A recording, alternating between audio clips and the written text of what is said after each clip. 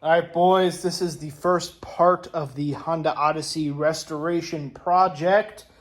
First, before we touch any of this other stuff that will inevitably need to be touched, let's start with the engine part of this machine.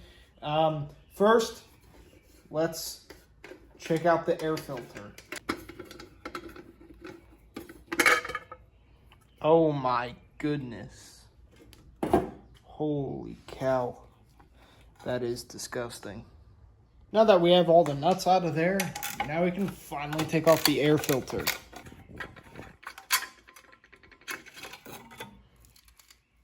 Ew, that's nasty. Now that we have the actual air filter out of there, let's take off this manifold.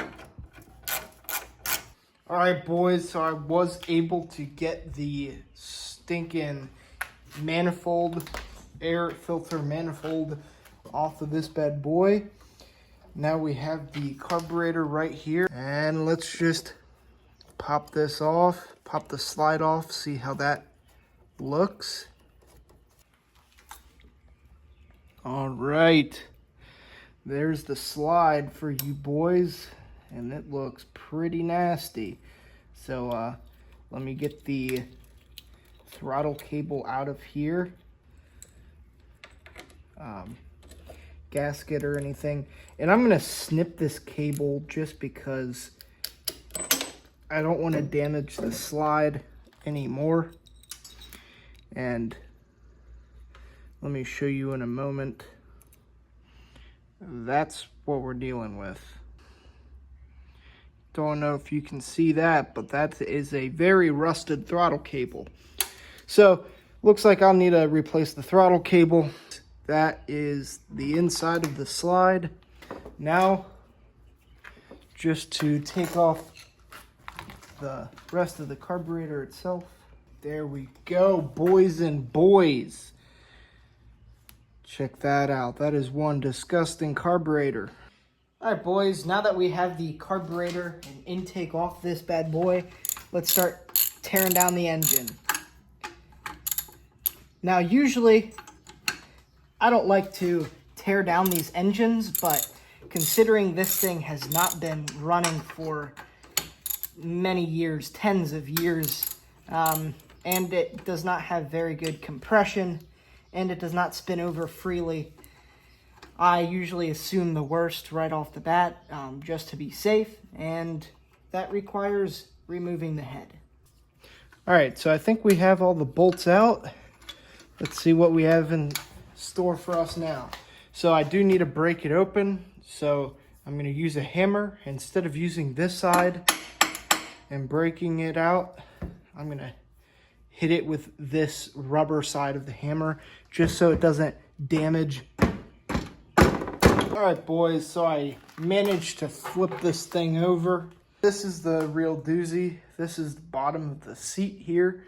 And as you can see, it's completely rusted away. The owner did talk about getting the seat reupholstered, but at this point, I don't think there's any saving it.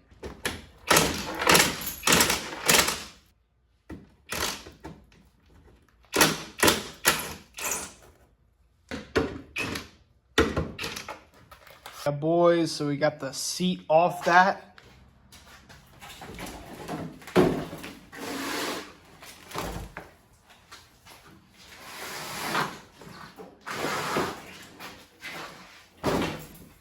Now with all this added room, let's try to remove this cylinder.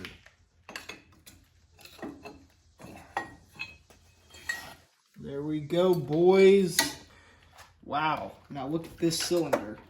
Now, see, I'm pulling the pull rope, and even with the cylinder head off there, I still can't move it freely. So, I don't know if this has to do with it.